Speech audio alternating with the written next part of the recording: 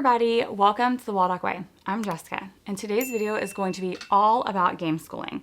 We are going to talk about what game schooling is, how we got started with game schooling, how you can get started with game schooling, how to build a game school library if you're wanting to add some more games to your homeschool, and some of the benefits that I have seen from game schooling in our homeschool over the years. Okay, first let's talk about what a game schooling is. Game schooling is basically learning or teaching with games. It doesn't mean that games are all that you use in your homeschool. It doesn't mean that you're not using curriculum or that you're not reading books. It doesn't mean you're gonna sell everything that you own and you're like, I'm only gonna use games. Not that you can't, you could, but it just means that you are simply using card games, dice games, or board games as a resource or tool to teach or learn. That's it. If you're doing that, you're game schooling. It also doesn't mean that you own a ton of games. You can literally own one and still game school. It also doesn't mean that you're only playing or using like the very educationally marketed games, because in my opinion, every game is educational, whether it's marketed that way or not, but it doesn't mean that like you have to have specific games to be able to do it. You can game school with any game. In fact, I'm going to talk to you in a little bit about how you can just use some dice or a deck of cards and still game school in your homeschool. Okay, now let's talk about how we got started game schooling. So Emily was in first grade and it was the holiday season. So we're talking around Thanksgiving. I was a full-time college student at the time. I was super duper stressed because it was finals. Again, holiday season, we had all of these like holiday family obligations coming up and I was ready to pull my hair out. Kevin said, maybe the best thing for you is to take a break from homeschooling since it's the one thing you can control, which that was a great idea. So that's what we did. We ended up taking about 6 weeks off from homeschooling, meaning that we didn't do anything that I was deeming at that time educational. The one thing that we did do was play some games because that's always been part of our family culture. Even growing up, I remember playing games when we got together as a family. When I was younger, we played a lot of Phase 10, catchphrase, that like little round disc you would pass around. Like we played a lot of family games together. And even when Kevin and I started dating, we would play a lot of 2-player games together. I mean, very traditional ones because we hadn't entered the world of like, oh, there's so many games you don't know about. But we were already playing like Chutes and Ladders and Candyland with Emily because she was, 4, 5, and 6, and that's what we knew. But over that holiday season, Kevin was like, I think she's old enough to learn to play Yahtzee, which by the way is his favorite game. So he was so excited. And I said, yeah, okay, we can help her. But we're going to definitely have to do her scorecard for her because we were currently like seriously struggling with math facts. Like you guys, I'm not even kidding. 1 + 1 = 2 was a struggle. And I had been spending the past 3 months drilling and killing and trying everything. I mean, flashcards, songs and sing-alongs, YouTube videos, bouncing on a bouncy ball while we said the numbers. We couldn't get past the 1s and 2s to save our lives. So I was like, yeah, that's fine. We can teach her, but we'll just have to do the math for her. No problem. So we did. We did that for 6 weeks. We played games. When we came back to school, like officially came back to homeschool in January after the new year, I sat down and I kind of remember being like, oh, I really don't want to do this again. Like I was so defeated that I couldn't seem to help her get past this hurdle of math facts. And I knew I could move on, but I also knew that if we could just remember even some of the basics, it would help her so much and it would help her confidence in math, and her confidence in math was the one thing she had kind of already always been struggling with. So I really wanted to be able to help her. So I was like, I don't know what else to do, but here we go. We'll try it again. And we sit down and she like just knows them. She knows the 1s. She knows the 2s. Heck, she even knew what 6 + 6 was, which was 12. And I was kind of like, wait a minute, what? I didn't teach you this. We didn't even get into this. Kevin came home from work and I was so excited to tell him that Emily had conquered her math facts, like all the way up to 6s. I don't know how it happened. So that night we're playing Yahtzee. He's like, well, that's awesome either way. And he rolls and she's like, oh, Daddy, that's either 18 on your 6s or 25 on your 3 or 4, 3 of a kind. And we both kind of look at her like, wait, what? How? Huh? I mean, Kevin's mental math is like amazingly quick and she had even beat him to it. And that's when we realized that essentially Yahtzee had taught her math facts. And I was sold. I was like, okay, I'm going to figure out a way to play more games as our homeschool. Like there's obviously benefits here. So I started researching it. Obviously, I found out game schooling was a thing. I learned about a lot more games than I had ever known existed. And I started making a space for them in our homeschool. I started accumulating educational games. I mean, we literally went from, I think, owning maybe 10 games to like 50 by the end of that year, probably 100 by the end of the next year. We used as much of our homeschool budget as we could towards them. And we just started with like simple things like, okay, on Monday we'll play a math game instead of doing a math lesson. And on Tuesday we'll do some sort of, phonics or spelling or language arts game instead of doing a lesson. And on Wednesday we'll play maybe a science game instead of doing a lesson. And on Thursday we'll play a geography game. And on Friday you can free pick any game you want. And then over time it turned into, okay, on Fridays we're not going to do any curriculum and we're just going to play games all day. And then now we're at the point where we just fuse games in wherever we can, as often as we can, because obviously I know the benefits of them. But that was kind of our progression into game schooling. I knew there were tremendous benefits to gaming, to playing games, especially for our family and our family culture and like our connection. I did not realize the benefits of them academically until I saw them firsthand. And at that point I was sold. Like I was like, you're never ever going to talk me out of this. So that is how we got started with game schooling. Some of my tips for how you can get started with game schooling, especially if you're trying to build a game school library, you're like, I have no idea if our family even likes playing games because maybe you didn't have that culture beforehand. You can simply start with some dice. You need 5 to 6 dice to play games like Yahtzee or Farkle. Both of those are just rolling dice, and you can get the scorecards offline. You can just print them. You can play to see if you even like them. With a deck of cards, there are so many things that you can do, like so many. Buy a deck of cards and start simple. Go Fish, 𝐂𝐨𝐧𝐴𝐷. Look up some card games online. You can go to like Bicycle, like as in the card brand, and play tons of different ones. Try them out. Start a family night where you play a different card game, every Friday night for family after dinner. Some of the things that we did for math games, just with a deck of cards in the beginning, was we would play War in the very early days. And obviously you're trying to figure out which numbers are bigger than the others. That's a great way to start. After they've figured that out and you maybe want to graduate to addition, you can flip 2 cards over and you add the 2 cards, and then whoever has the largest sum. Once you're into multiplication, you can do the same thing. You flip 2 cards, multiply them, whoever has the largest product. So those are simple ways that you can take one deck of cards and turn them into, all of these different games that you can play, and you can make them educational. Another thing that we did to build our games, once we knew that we like game schooling, so this is some great tips for you, is to shop thrift stores, especially after the holidays. Like after the holidays when people are clearing out their houses, they will be getting rid of all of the games that they don't want anymore. We have gotten some fantastic games for dirt cheap prices at thrift stores. You can also check in to your library. Some local libraries have like a rental system for games, just like they do for books. If you have a local game store, that is a fantastic place to try games before you buy them, especially once you get into game schooling and the games are now looking at like $40 and $50 games. You really don't want to invest $40 and $50 into a game that your family doesn't like. So if you have a local game store, and especially if they have like the kind of system where it's like a cafe where you can come sit down at the table and try a game, some of them will have like a flat fee, like $5 or $10 for 2 or 3 hours or something. It's always worth it, in my opinion, to figure out if you like the game before you buy it, or to try games that you didn't even know existed. And then the thing that we did to build our library was gifts. Games became gifts for everything. Valentine's Day, somebody's getting a game. Mother's Day, I'm getting a game. Father's Day, Kevin's getting a game.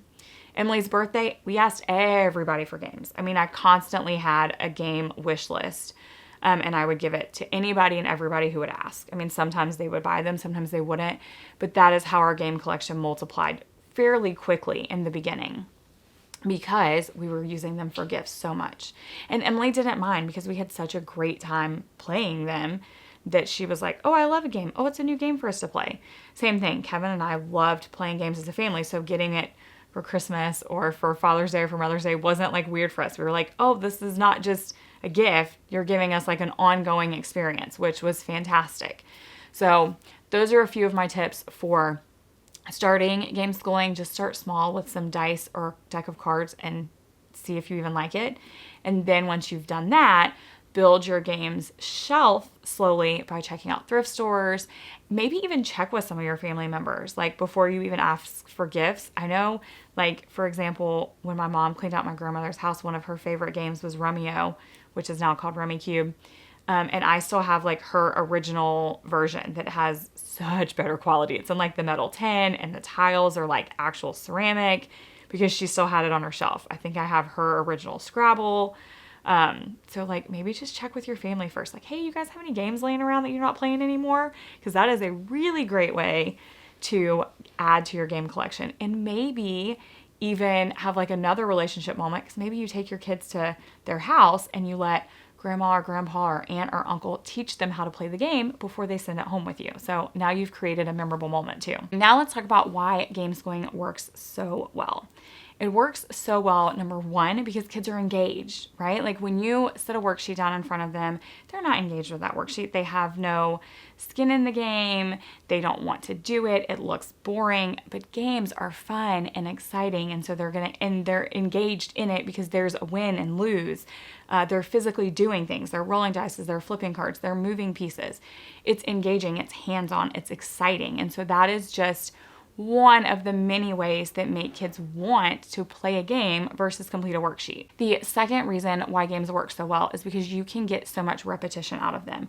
For example, playing Yahtzee. I mean, I'm not sure off the top of my head, but to fill a card, I think you were probably rolling dice about 10 to 15 times.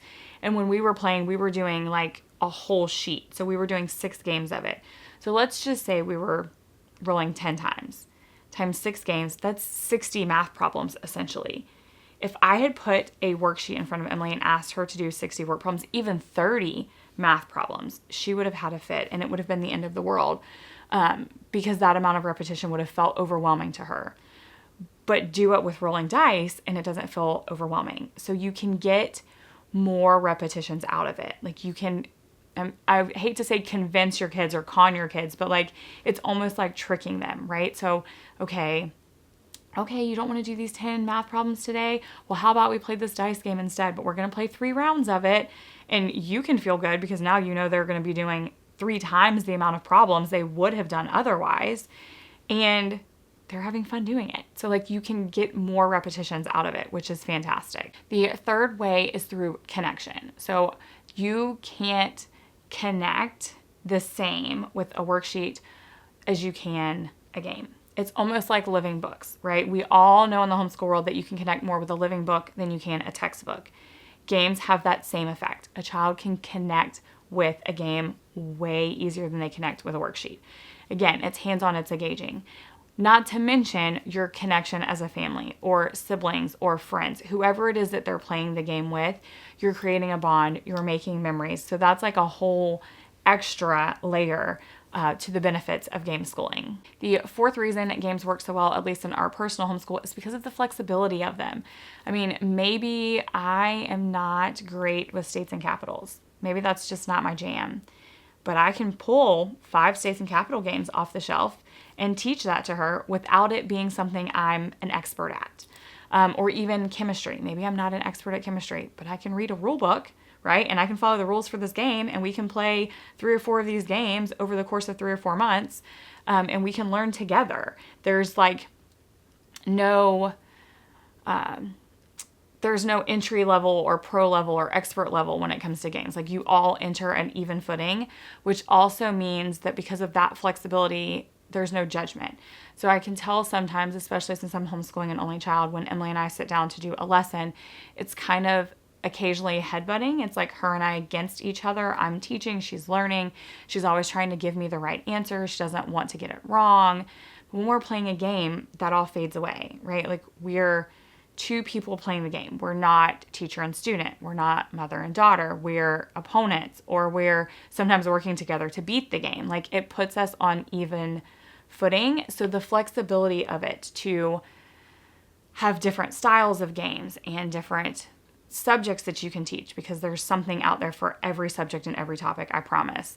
And the flexibility of the fact that, you know, you can do the same game with multiple ages or multiple interest levels or multiple knowledge levels. Like even if I know a whole lot about chemistry and she knows very little about chemistry, the game, I mean, unless it's a trivia game, doesn't necessarily care. Sometimes it's still just the luck of the draw or the roll of the dice. Like, there's no pressure. And the fifth reason, and in my opinion, the most important, that they work so well in our homeschool is because they are fantastic for resets. Games are a great way to reset a homeschool day, whether it is a rough homeschool day, whether it's a transition from one thing to another and we just need to reset for that transition, whether it's been, you know, just a crazy day, maybe not necessarily bad, but just a crazy day, and I'm like, we don't have the time to get to all of these things I wanted to get to. Okay, well, we can just play a game and kind of reset my mind, your mind, or just have fun and still learn at the same time.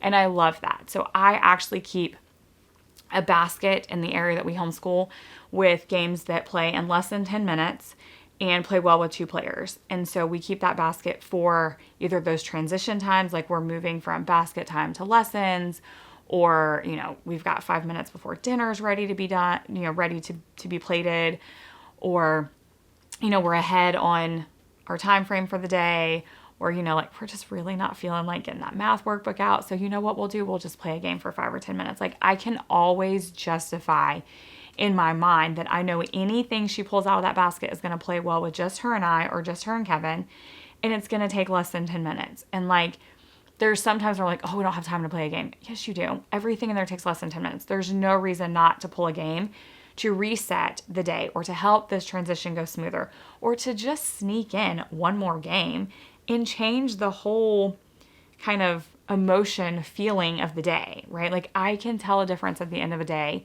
where we haven't connected over games. Like, we didn't play anything today. It was a good day.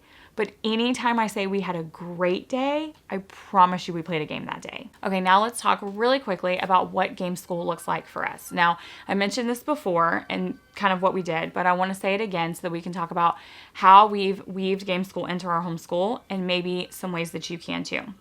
So the first thing that we did was we replaced lessons. And I really, really need to say this because I've had so many moms reach out to me and say, oh, I don't have time to game school because if I play a math game today, then I'm behind on my math lessons. The trick to that is you're replacing the lesson. For example, we just talked about if your math today, like if you open up your math workbook and it's literally 20 addition problems, you're going to replace that lesson. You're not going to do it. You're going to put a big X on it, and instead you're going to play some sort of math game where maybe you're flipping the cards over and you're doing, if you play addition war or multiplication war, that's going to be 20 problems. If you play Yahtzee, that's going to be 20 problems. If you play, Farkle or Quicks, that's going to be 20 problems. So you're literally replacing the lesson. You're not doing a game and trying to fit in the lesson. Not that there's anything wrong with that, because you can absolutely supplement lessons with it. But if your biggest downside, the reason you're not game schooling is because you don't have the time, it may be because you're trying to add it in as something else, like as something extra, when it doesn't need to be something extra. It is enough to stand on its own, so you can easily replace a lesson. Or use that lesson in another way. For example, word on the street. It's a spelling game. You move the little, hang on, it's right here. I'll show you, for example. So there are like little skateboards on the street, little letters on the street. There we go. And you're basically playing tug of war. You move these back and forth. Now the game itself comes with category cards, right? So you pull a category and it's like something sticky, and your job is to come up with a word that's something sticky, and that way you can get the most letters to your side. Maybe you don't want to abandon your spelling words that week, but you still want to play a game. Don't use the category cards that come with it. Use your spelling words, right? So deal out, half the spelling words to your child, half the spelling words to you, or just randomly draw a spelling word and play this game with that. You could do something similar with bananagrams or Scrabble. Like, there are ways to still feel like you are checking that I did this box for you, but putting the games as the lessons for your child. I promise it will also benefit you as well, but that way you can get the best of both worlds. So that is one way, basically, to replace lessons. Another way is to use games as a review or assessment, which this is probably the biggest way that we use them, especially in the Waldock Way products, because all of our unit studies include games, printable games of some kind. And I always try to include a trivia game. And the reason is because Emily does test for her math, but that's it. We don't test for anything else, but we play trivia games. At the end of the unit study, we'll play a trivia game, and then I know, based off of playing the game, how much she learned or retained. So that is a fantastic way, and you can do that with anything. You can create your own game, right? If you learned about ancient civilizations, you can come up with your own trivia-based game, or create your own trivia deck or Jeopardy style game. And that's a fantastic way, again, for figuring out what they did or didn't learn. Some games that I really, really like for that are the Professor Noggin decks, because those have, they're just trivia decks on tons of different topics, and they have 3 easy questions and 3 hard questions. So in the beginning of a unit study throughout, we try to do the easy questions, and then like when we're done, I'll be like, okay, let's challenge ourselves and do the hard. And then we kind of know how far we've come during that unit study based off of that.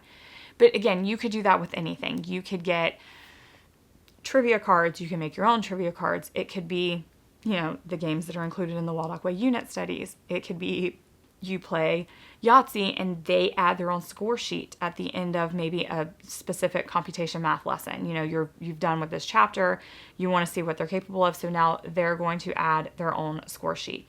You can come up with many ways to use it for review instead of testing. Another way that I just talked about that we use Gameschooling in our homeschool is for brain breaks. We have almost always used them as like an incentive, especially during in between our morning basket and our sit down lessons. It's almost like okay, you're moving from the comfy couch. We've been really chill, but we're getting ready to go sit at the table and do some actual written work. So I'm going to entice you with a game. It's almost always been our brain break transition from one to the other.